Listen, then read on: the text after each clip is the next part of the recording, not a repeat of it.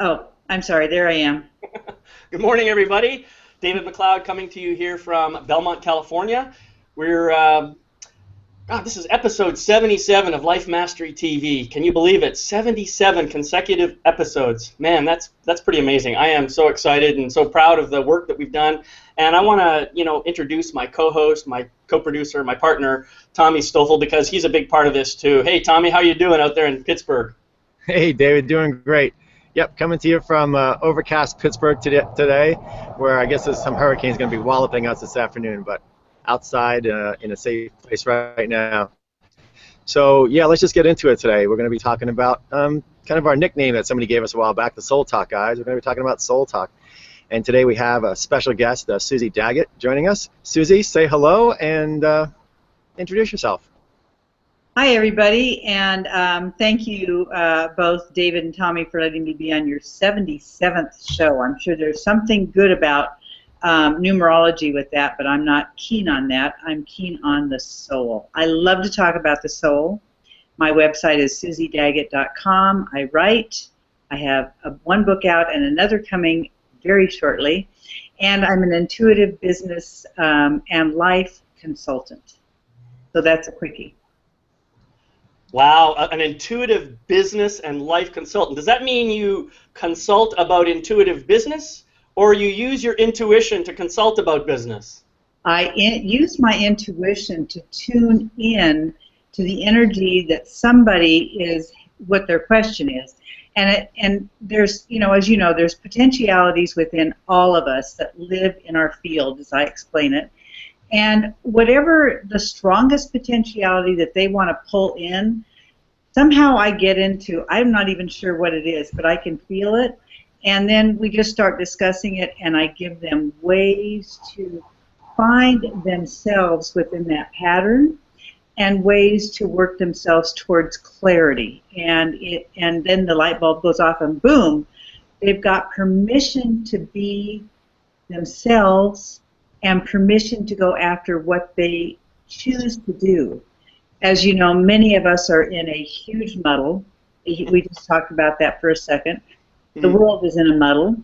There's not a lot we can do about that except pray for people and be the deepest part of who we are and enjoy what we're talking about today, which is soul talk.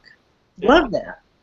So what I want to take, I heard some beautiful words in there, Susie, and I heard muddle. And I haven't, I'm going to put that in my fun words category. Yay. But it's a mind muddle, right? Yes. We just Absolutely. we want to just kind of take people from where most of us live is in the mind. It's in our thoughts. It's in the knowledge that we've collected. It's in everything we've studied and everything we've learned. That's where everything's muddled, and that's why the world is so muddled. Yes. And what we're talking about, down out of the mind and out of the knowledge into our place of wisdom, into our, some people call it heart center, some people call it our spirit, some people call it our soul. And your title of what you do, intuition, is the voice of that. And so that's what we're settling into today, and that's getting to that place of communicating and connecting. And it's me too. I get all excited about it when we talk about it. Well, it's an interesting thing to talk about, soul talk, and being in communication with others of like mind.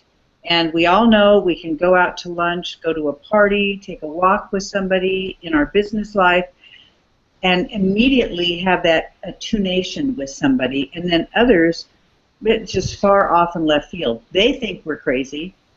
We don't really care what they think because, it doesn't matter to me, particularly what somebody thinks of me. I've kind of come out of the closet, as you might say, in that I love to talk about my soul and how important the soul is to our life, because it's what we're here to deal with. So finding somebody else to chat with, like you guys, it just makes your heart open, and it makes that warm, fuzzy stuff inside there come out, and that's part of our reality right here in this beautiful life that we're given, no matter how it looks. It may look crappy, and it may look really horrible, and it may look beautiful, and it may look sad, but it's our life. How can we make it better?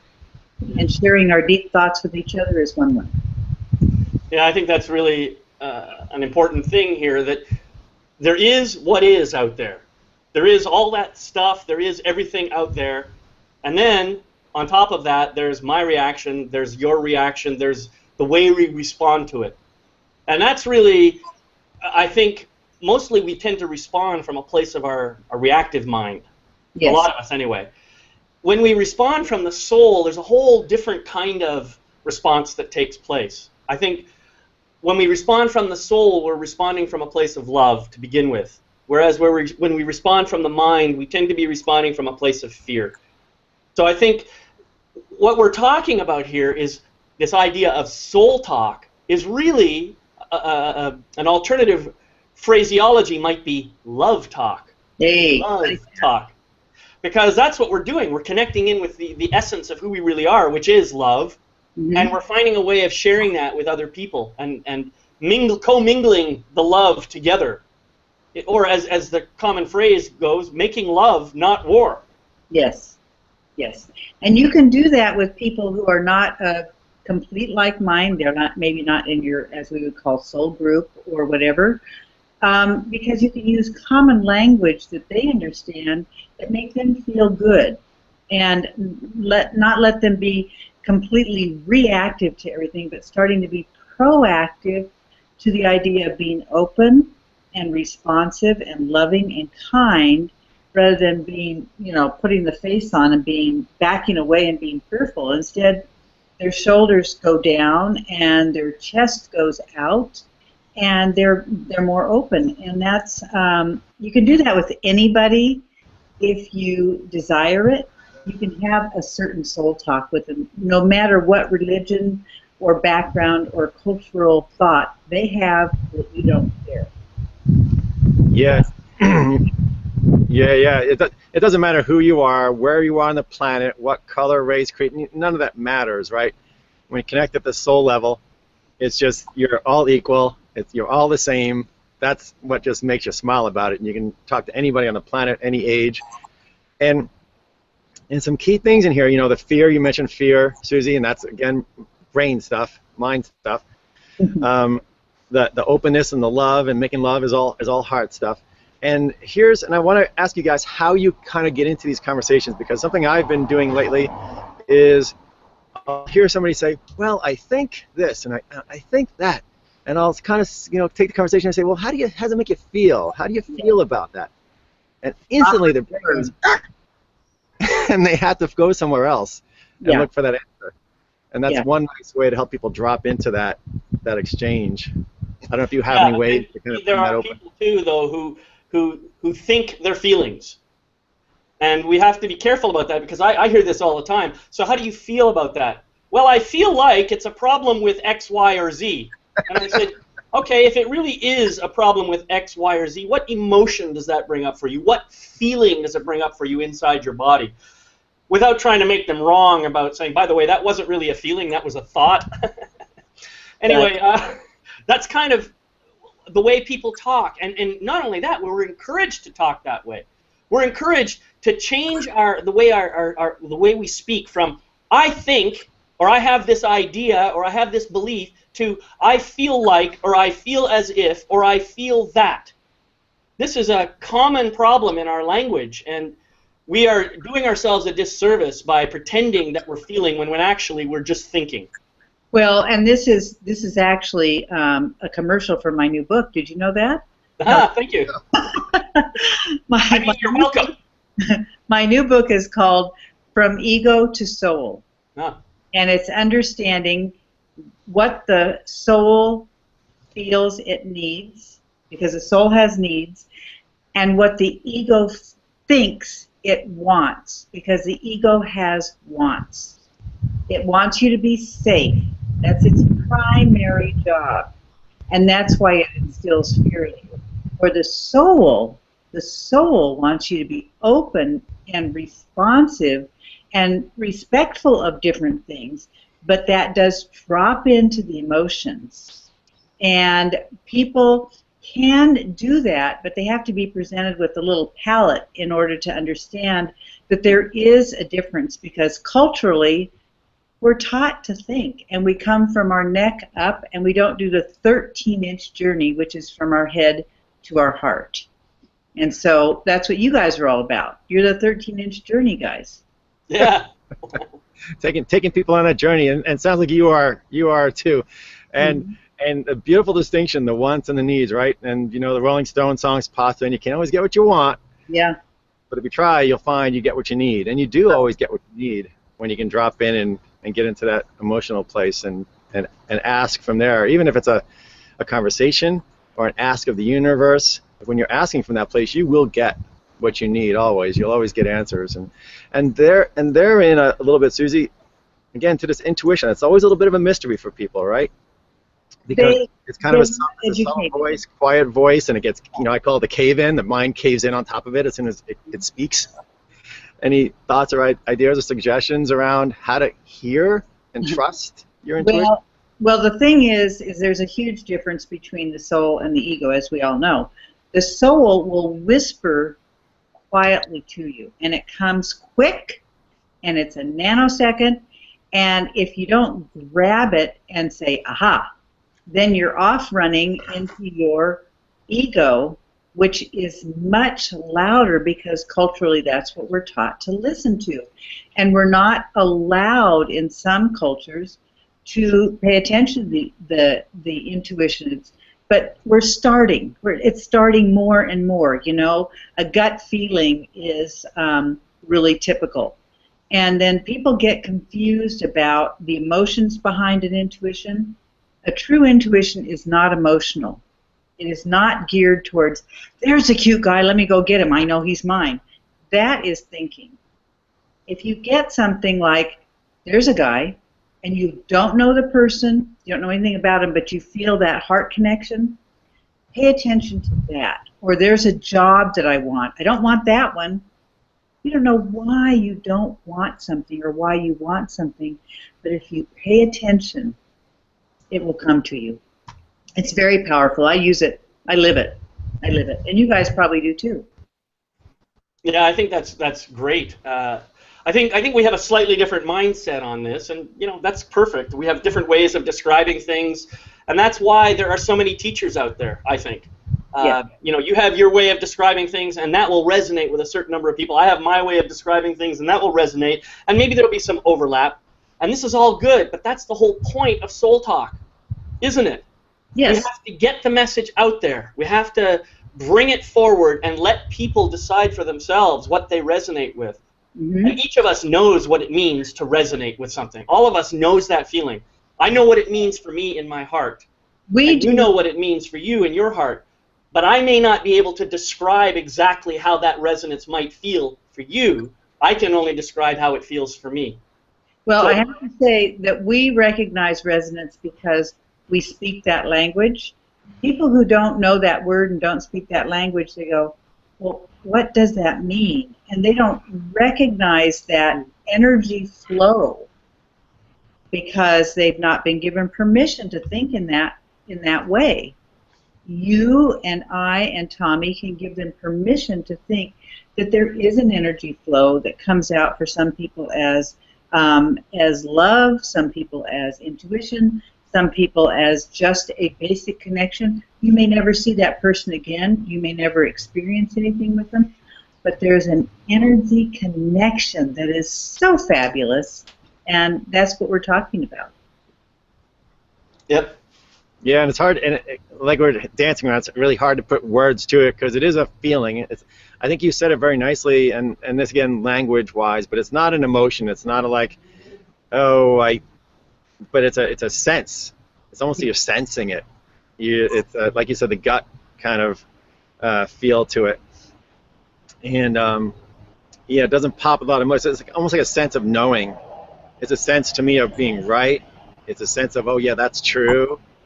I'm trying to put some thoughts to it because, you know, you don't want it to be buried under the melee, but you also want to be able to recognize it, like you said. And something I think you said, and you passed by it, but I want to come back to it, is that intuition, that feeling, is instantaneous. Yes. It is a nanosecond. If we can. And it's the mind that actually takes the speed of light that kind of piles in. So yes. Sometimes, pardon? Sorry, we're losing you here a little bit, Tommy. So I'm just, you'll come back here in a moment, I'm sure. Go ahead, Susie. You were going to say something? Well, the nanosecond concept is really important to understand because that is your soul talking to you, and it gives you quick, immediate information that may not make any sense. Then what happens is your ego mind comes in and says, what? That's not the guy I'm looking for. The guy I'm looking for is tall, blonde, and blue-eyed, not short brown hair. You know, and it will start getting rid of all the things that your soul just offered you on a platter, and all of a sudden you're off and running and you're going in a different direction, and you've missed that soul connection. You've missed that soul talk. Right. So, Tommy, did you want to continue your thought? I see you're back now. She just did. Susie just wrapped it up. I just wanted to kind of bring people to that moment of inception of either a connection with another being, you know, instant nanosecond where you get the hit. And I want people to kind of feel that because we all have them, and how to distinguish that from the avalanche and the cave-in of the mind and the ego is a very important point. Yeah. You know, and I think what happens is that I actually do believe that all of us have this capability and this recognition of connection, even though we may not be able to see it through all the filter of what's going on in our minds. I think that, I mean, I know this is true for my life. There have been many times when I felt something and then I denied it because I let my mind take over. I let my mind say that can't be right. And I think that's the case for a lot of people. But the fact is, that resonance was there all along. I just chose not to follow it because I was told by various different official people in the world that I wasn't supposed to pay attention to that I was supposed to be rational, intellectual, smart, logical, sequential, that I was supposed to do all those things. And I discovered that there's certainly value in all of that, but there's also chaos that comes out of that if I don't allow my right brain to come into play, if I don't allow my soul to have its time. Right. So right. We are a combination of spiritual and physical, and we have to acknowledge that in our discussion here, I think. We don't want to throw the ego away, and people went into a period when they did that. They just wanted to, like, no ego. But the ego is important. It keeps us standing up. It keeps us breathing. It keeps us recognizing danger, real danger. Yeah, absolutely. And the soul, if you need to have permission to pay attention to your soul, I think the three of us can right now spread some fairy dust or whatever and just say, we grant you permission to listen and be aware of your soul. And if you need to take an intuition class, let me know. If you need to tune into your intuition, talk to these guys. Find your way to listen. It is so important. It makes such a difference in the ease of your life, honest to goodness. I mean, I use it simply. I'll go into a store, and I say, if anything is in here I need to buy, not want to buy, listen to the difference, need to buy, I will see it. And then I don't have to stay in the store long because it will pop out at me and I will leave. Now, if I believe that, it's true. If I let my mind say, oh, come on, it vanishes.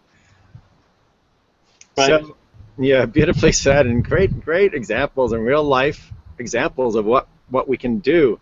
There's another something in here that David and I always talk about in life mastery, and that's, you know, getting a little bit of space in your mind, a little bit of peace up in the brain, a little bit of silence, because in that silence is where you're more able to hear that softer voice. Mm-hmm.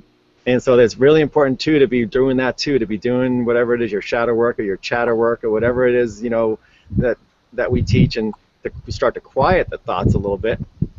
And this is also another little trick too. If you have a really important decision to make, something that you're really kind of wanting to ponder and ask existence for, or, you know, help with, then intentionally sit there and get as quiet as you can in your mind for 5-10 minutes. Either ask the question and then get silent, or get silent and then ask the question. And and you'll be more able to hear or feel the answer, the intuition, the energy that comes your way when it does come. And you may not hear that answer right away, but it's so important to ask it, because the universe is waiting for us. They want to help us. That's their job. That's what angelics are about. They want to help us, our guides, whoever they are. It could be your tree out in your yard. They want to help us. But if we don't ask for help, just like in the physical world, nobody's going to come up to you and say, I see you've broken your leg, shall I take you to the market? Nobody, you're not, if you don't say, I broke my leg and I need to go to the market, nobody's going to find you in your house because they don't know you broke your leg. So if you say to the universe, I need help.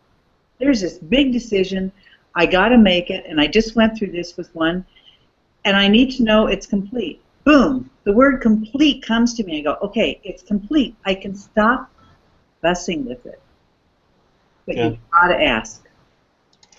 I never thought about going to the market for a broken leg, though. That's new for me. No, don't get a broken leg at the market. Ask somebody to take you to the market. Yeah, so this is awesome, you know, I'm really enjoying this conversation. And I would like to just kind of shift direction a little bit, because the way we've been talking so far, it's been really about me talking to my own soul.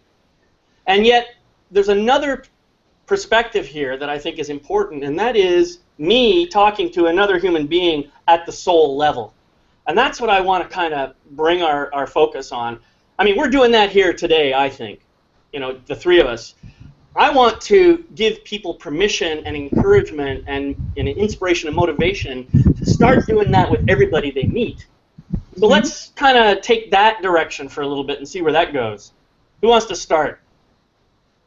Well, my question to you, David, would be, how would you engage somebody who has a completely different point of view than you do from a soul's point of view?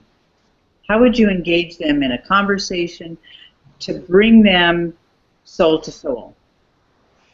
Well, from my perspective, I think the answer to that is to listen. Okay. Really, to just hear people. And to, okay, so I'm hearing you say this, this, and this. Help me understand. Tell me more about that. Help me deepen my understanding of what you're saying. By doing that, I help that person to deepen his or her understanding, and maybe to gain some clarity, and also to deepen the connection between the two of us. So by listening, I help to create connection.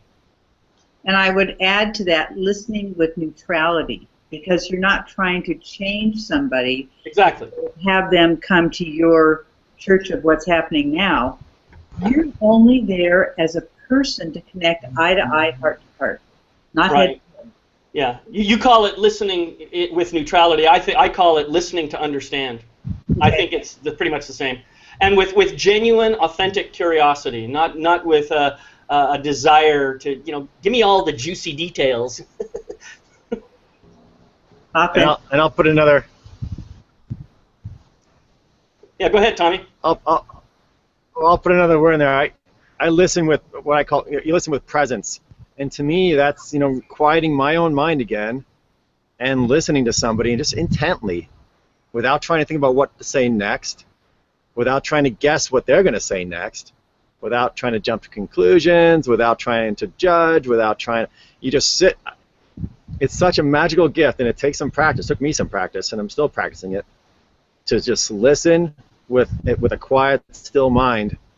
And then you can feel the truth of what they're saying. You can hear what they're saying and do exactly what you said, David. You know, read some things back to them. I hear you're saying this, or I feel you're saying that, and without ever saying a word to the other person about engaging in soul talk, it automatically happens. Yes, that connection automatically happens. Mm-hmm. Mm-hmm. Yeah, and that's really important. And of course, you know, there's two sides of communication. It's important to listen.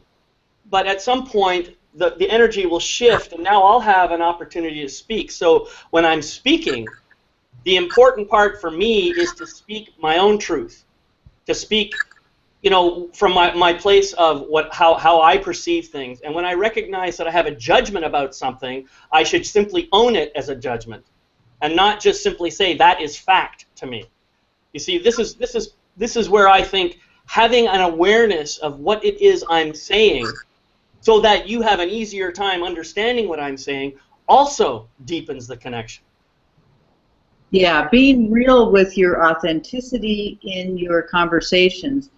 And it's kind of an odd thing, but if you can step outside yourself and watch yourself have the conversation, and you can catch yourself when you start going into judgment or when you start going into assumptions, and you can just model for everybody, as well as yourself, what it's like to have a real heart-to-heart conversation, rather than one of these floating by the wayside, which I'm afraid our society has gotten into a little bit too much of that, just because of social media and the fast pace that we all do things in. Yeah. So. Yeah. Yeah, well, obviously, face-to-face connection, person-to-person connection is very important. That's not to say that a telephone call or a video chat like this isn't acceptable, but it certainly is far superior to, you know, texting or putting a Facebook post or a tweet or something. That's just not communication. That's just status reports. That's all that is. And it's just providing minor little data points, and people make up all their own stories about it anyway. But this is one of the things I teach in my work, is powerful communication skills, powerful listening skills, and powerful speaking skills, so that I can get out of my own head and connect to you from the heart level. And then once we've done that, we really are into a place of soul talk when that kind of thing happens. Yeah.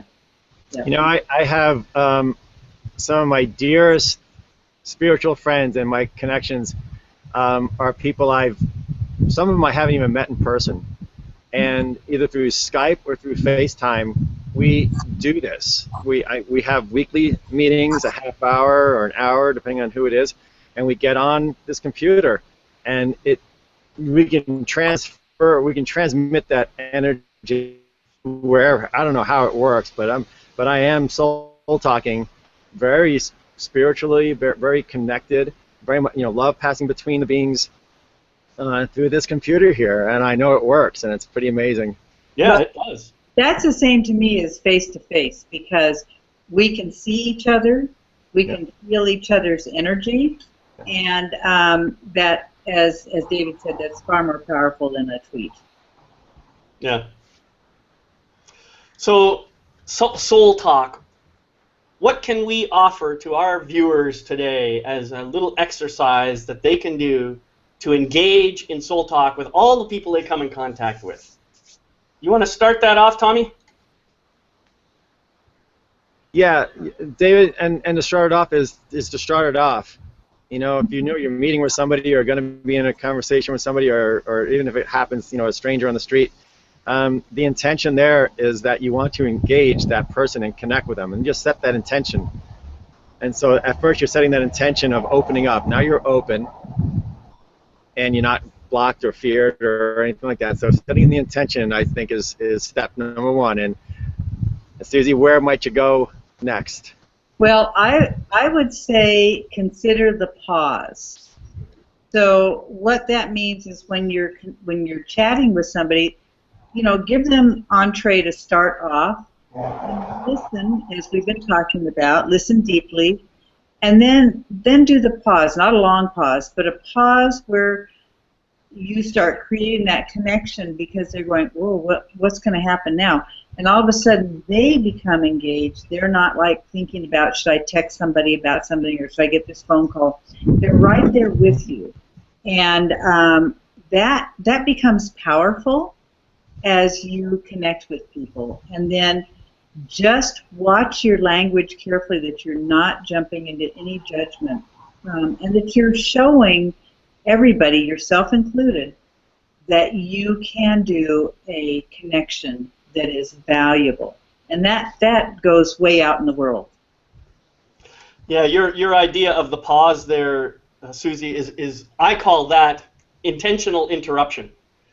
And the way that works is, sometimes when I'm in a conversation with somebody, I will hear this, I can tell they're very much up in their head. It's just a long dramatic story about something. They're breathing up in their head. They're just kind of out of breath. And so I just sometimes will just say, I'll take a breath like this, and I'll just hold up my hand. And they'll kind of look at me funny and say, what's that? And I said, well, here's what's happening for me. There's a lot of information coming to me, and I really want to hear everything you're saying. So I'm just going to ask you to pause for a sec so that I can just take it in. So I can take it in. I'm making it about me. Now, when I pause like that, they pause too. And then I say, oh, thank you for that. Now, is there more? And just let them go on. What happens when I do that is they just kind of naturally drop a couple of notches. All of a sudden, they get into their feelings, and they start thinking about, well, what was I going on about anyway? So it's a natural and beautiful way of helping them deepen their own connection to themselves. And what happens is if you do 2 or 3 of those in the course of a little conversation, you haven't said a word, you've listened, and you've given them permission to really connect to themselves. And in doing so, they've connected with you too. Yeah, and you're modeling for them, for their next conversation with somebody else. They're going to take that in. They may not understand it right away, but they're going to take it in, and they're going to go, something happened talking to David. I'm going to see if I can try that with talking to my friend Carol and see what happens. And then, boom, yeah, you've taught them something. Yeah. Awesome. Well, I think we've reached the end of our time, and I just want to thank you, Susie, for joining Tommy and me today. I know we were supposed to have Simone Craig with us, and I'm really sorry that she couldn't join us, but I'm really glad that you came and shared yourself with us and helped us to gain more knowledge about Soul Talk. So thank you for being with us. Oh, my deep pleasure. Thank you for inviting me, and I look forward to watching you guys and seeing what's going on in the world. Right. Well, thank you. I think we just lost Tommy, unfortunately, so I'll say goodbye to him in absentia. Bye, goodbye, Tommy. Have a great weekend. And to you, all our viewers, I just want to thank you for joining us. Remember, you can see past episodes by going to lifemasterytv.com. That's life-mastery-tv.com. And next week, we're going to be bringing in another special guest. Her name is Azmina Jiwa, and we're going to be talking about the comfort zone. Azmina is an expert on getting past the fear, so it's going to be a really interesting and exciting conversation. So, until next week, have a great week. Love you very much. Bye-bye. Your soul. Thank you.